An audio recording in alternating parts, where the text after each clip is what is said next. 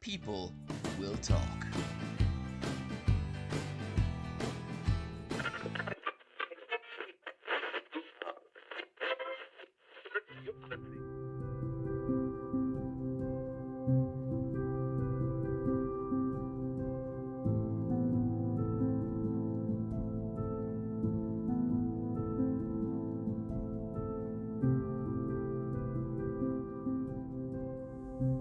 Welcome to the latest episode of the El podcast. Joining me in el estudio is Merri. ¿Cómo estás? How are you? I'm very well.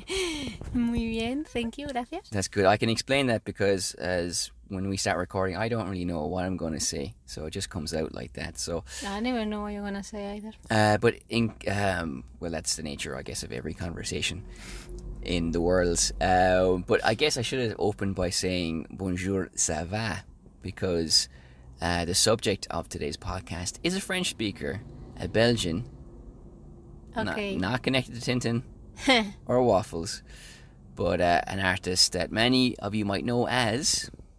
Magritte.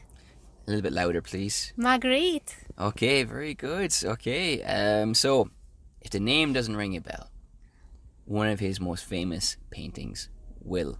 So can you set the scene? Listener, close your eyes. You're going to go on an artistic journey here.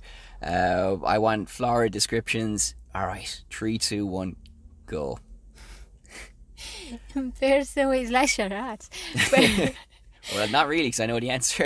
But the listeners don't. Yeah. A person with a bowler Charades hat. on a podcast. Shut up. Like you're... Charades. Sure. Yeah. La-di-da. A person with a bowler hat and an apple for a head. Yes, that is exactly it. Google that after the podcast if you don't know. Actually, we'll put it in the picture of the podcast so you can see it when you log on to it. Anyway, so this painting was not there for a very specific reason, because this was like, if Magritte was a musician, this is basically the album of B-sides and rarities. We want to see, not quite like that, but we're taking out the most famous works to look at the other works so they can breed a little bit as well. Isn't that the case? I'm not sure. Well, it said it was the biggest retrospective ever in Spain. That's interesting. Were these pictures on loan from the Magritte house or something? They were on loan from different institutions. Yes, the Thyssen does this. We haven't said this. This was in the Thyssen Museum in Madrid. The Thyssen does this a lot. They just borrow really famous paintings. If you remember, a couple of years ago, we were in an Impressionism one, and there were lots of money from the Louvre. Okay. I love how your voice level Always. is going down. Either you get foreign words coming. Yeah. It is a huge collection, and it's interesting because it has a connection to another exhibition that we have been to as well, which was of this German photographer who was passing himself off as English. Villarend. Yes, and that was in Mafre. the Mapre. It was in the Mapre, because apart from taking photographs of London in the 40s in the Second World War, and also having these photographs of servants and a lot of things happening in these pictures, and his pictures of World War II London, blitzed London, are beautiful in their own way, because of the quality of the camera and just the lighting, or the lack of lighting rather, because of the blackout. It has a magnetic quality to it. But he also took very famous photographs of very famous people. One of them was Picasso. He had to kind of sneak into the house with other people who had business with Picasso so he could take the shot. Picasso had been very resistant to working with him, but then once he was in the house, he was very friendly and gave loads of his time. And he also took the portrait of this Belgian painter, Magritte, as well. And he asked him to put an apple in front of his face. He refused, and his wife was not very happy either, because I think they had some engagement and she was like watching the clock, we have to get out of here, come on. But he did take a picture of him as well. So, Magritte has popped up in our cultural exploits relatively recently. So I know you also I still can't decide if you're a fan or not a fan, but you wanted to go to the exhibition because you had seen some of his paintings when you were in school. That's right. Tell me more. Yes. Well, I think I've mentioned this before. In Spain, normally, or at least in my generation, maybe not so much now, but we used to study art history, and especially if you took like a humanities subjects, then to get into university, you had an exam where you had to identify a painting and, who the author was, give the whole context and historical context, artistic context, all these things. So at the time, I think artists like Magritte probably we saw very little of because we always run out of time. But then sometimes like they featured in the exam and things like that. And so I just wanted to revisit it and see what I thought of it as an adult. And of course, teenagers, like when you're 18, you're first starting drinking alcohol, you start off with cider and his most famous paintings of an apple. So was there some kind of connection there? No. Okay, fair enough, moving on. So seeing these paintings again with your experienced eyes, Okay. So what has changed in the intervening years? And you're seeing them now, do they have a different quality? I know you couldn't really get deep into Magritte when you were younger. Now we kind of did because we spent a lot of time with them at the exhibition. Inevitably your perspective will shift and change. So can you tell us a little bit about that as well? Well, I think, first of all, there were many different types. And as you said at the beginning, you tend to just see the one of the apple is the most famous one, or the one of the pipe, or like this is not a pipe. And it just gets sort of like put into the surrealism category and bit of a reflection maybe on like, the representation of an object is not the object itself. But just that, and there was so much more to it. Obviously, there was the pipe thing was hinted at in the first section, but that was only like one very small section of the whole thing. Then it was divided into concepts that I'd never seen before. I can't really remember exactly. I had to ask you this the last time and I need to ask you again. But one was about putting putting objects out of their usual context. Mm-hmm. And another one was about doing the other way around, kind of like... putting objects in their context. As in merging them with their surroundings. Well, okay, so each room... But I can't remember like the exact term that was used for that. Those things. Well, for the purposes of this podcast, we'll call it merging, because it probably was something like that, because the different... Mimetism. Mimicry, that's it. What you said isn't the word. Mimetismo en español. In Spanish, mimicry, that's it, mimicry. Thank you for I've just made it up. It's a merismo or something. Mimetism. Well, there are... Yeah, because in this exhibition, I think that is the prevailing trend, the thread that goes from the moment you walk in to the moment you walk out. It's the idea of things being out of their context. And very simply, in the first picture, as this is done, you mentioned the pipe, which I don't know if you've taken up a new habit since the last podcast, but it's a picture of a pipe, but the label says this is not a pipe, and this is repeated with other everyday objects as well.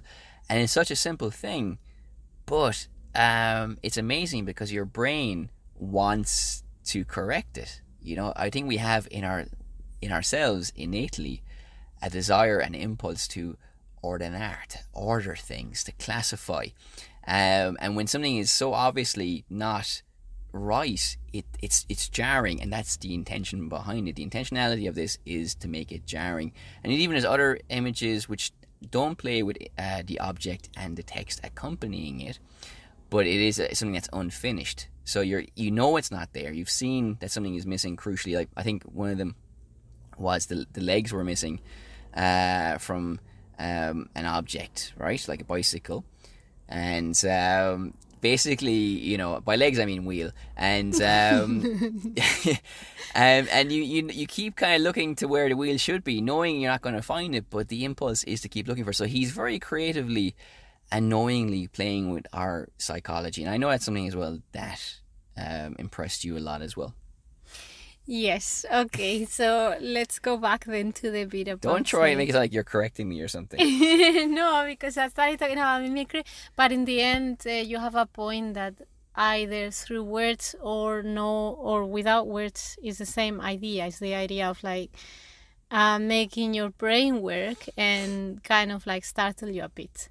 In the one that you mentioned, for example, there were objects that were labeled, but they were labeled wrongly. So it's what you say, your brain is thinking there's something wrong here and trying to spot it.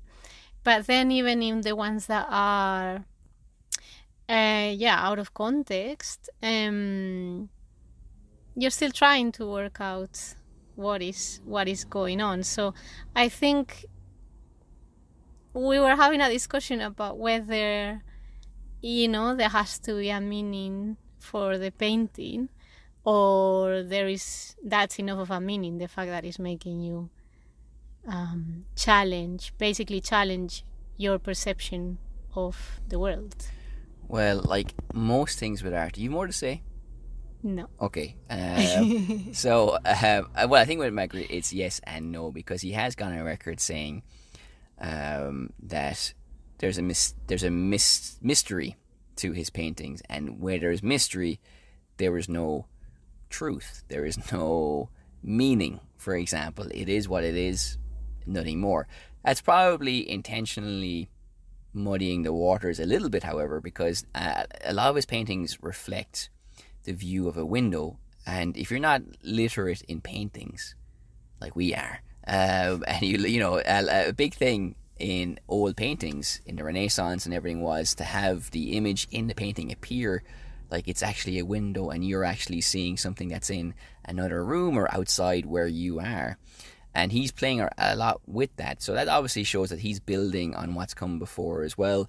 Art is essentially, I guess, a conversation with what's come before as well, and modifying it to create what will be the new wave. No, so in that sense, like there is obviously tradition and things behind what he's saying and what he's doing. But on the surface, he will say, or he did say, that there is no meaning because it's just mystery, you know?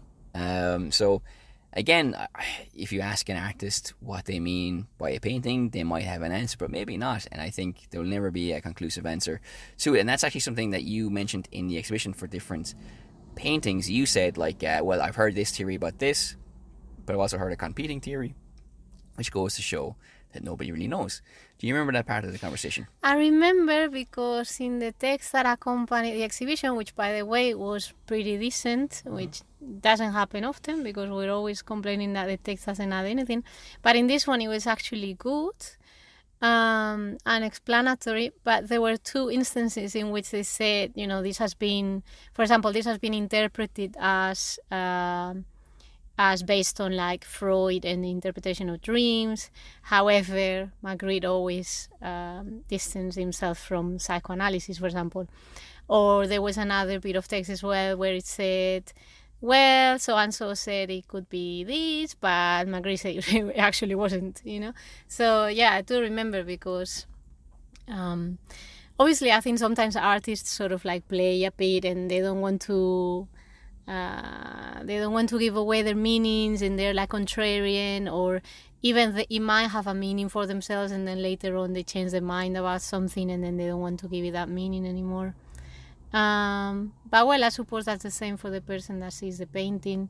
It might mean something. For example, the thing of the apple at the time didn't mean anything to me when I first saw it. As a younger person, I thought it was just like stupid. Yeah, why? Fine. Instead of a face, put an apple, you know? Mm-hmm. I didn't think of any of the implications of replacing something you expect to see and reflecting on perception, also what you're saying about like the window, the fact that a lot of the paintings, including that one with the apple for a face, it feels like you are in the painting, you know, so that person is in front of you, but it feels like you are inside. You're not looking at it, you're like in it, which is quite a peculiar thing. It's very subjective as well, of course, because we saw one painting in two very different ways. One, I saw it as a stage with a painted backdrop, and I was thinking, well, here's an example of something that's not surreal. But you thought, well, that looks like an elevator suspended in the sky, and you could just like jump out. I don't want to, I don't know what that says about the two of us. One of us is disturbed. We won't name names. Yeah, and also there's a very interesting thing about the windows. Again, you can impose your own meaning on it. That sounds great to you, and maybe somebody else won't see it. But for example, I said to you, I think you know which one, where this one is going. I do. There's like a few ones with windows where the glass is broken, but it's still reflecting what it had been reflecting before it got broken. So I turned to you and I said, You're smiling, smugly. Well, now that I set it up, it's going to sound very banal probably, but no, it's just like how the eye works as well. It's like about getting that chemical signal, and just, you know, goes through our eye and goes to our brain. That's what we see, basically. You know, what we see is essentially just a continuous movie, if you want to put it like that. I'm tapping into my inner blind boy now. And if the glass gets broken and still reflecting that, it's like, you know, your head might still be operational after it gets chopped off. So it's just like, you know, there's a delay. There's a delay, exactly. So it hasn't realized yet that it's not reflecting it anymore. So like the residue of that's still kind of in the glass. And if anybody's still listening after that explanation, then I salute you. No, it's true that's what it's all about. No? Reflecting on like how your brain perceives things, but also, and I think this is a very interesting aspect of things, it's kind of like related to like neuroscience. So actually how your brain captures things and how it processes them. So you are right, there is a delay between what we see, and so we never get to, there is a delay, but we never get to see what happens because our brain corrects it. So it's like what you said about the head being chopped off. Oh yeah, and the head thing as well.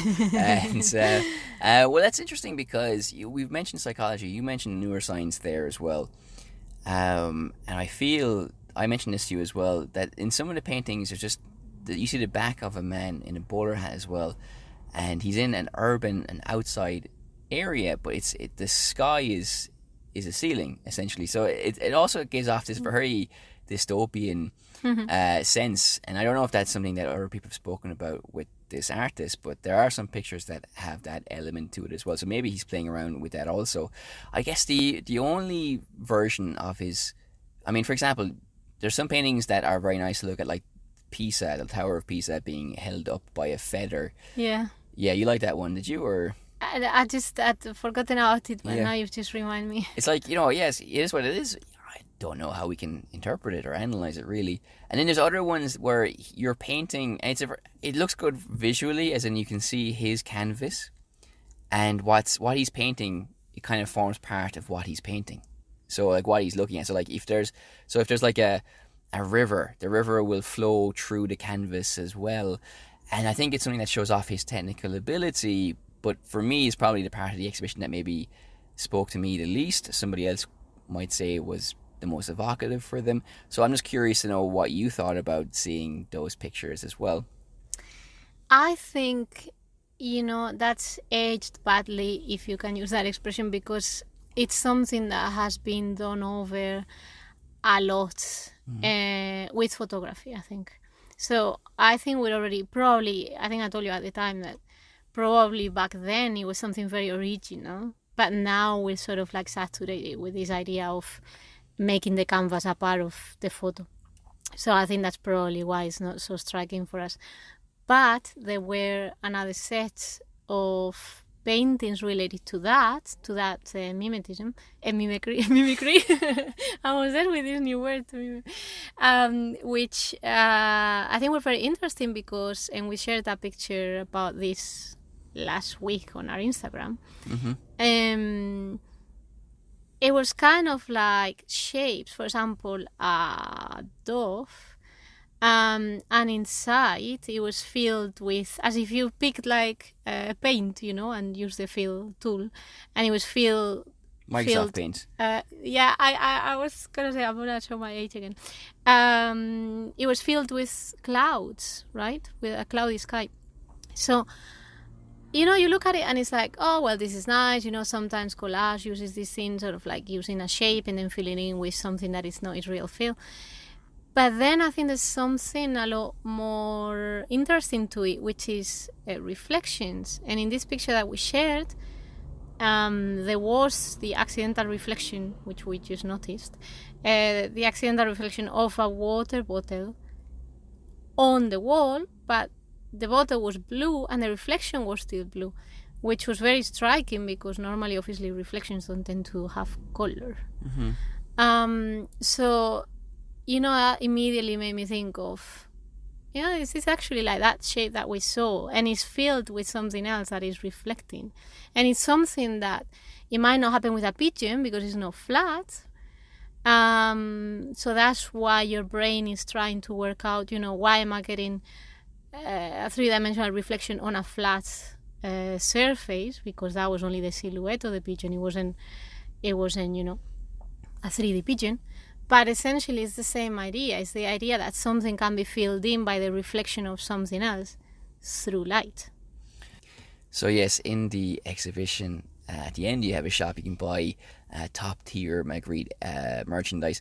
But I did find out from you as well that every so often they have a sale of exhibitions gone by. So don't buy it now. Just wait a few weeks, get some discount Magritte postcards or bookmarks or whatever.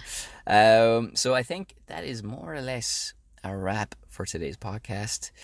So thank you very much for tuning into this another installment, another classic. You can find us on Instagram, Twitter, Facebook. All of these links will be in the description.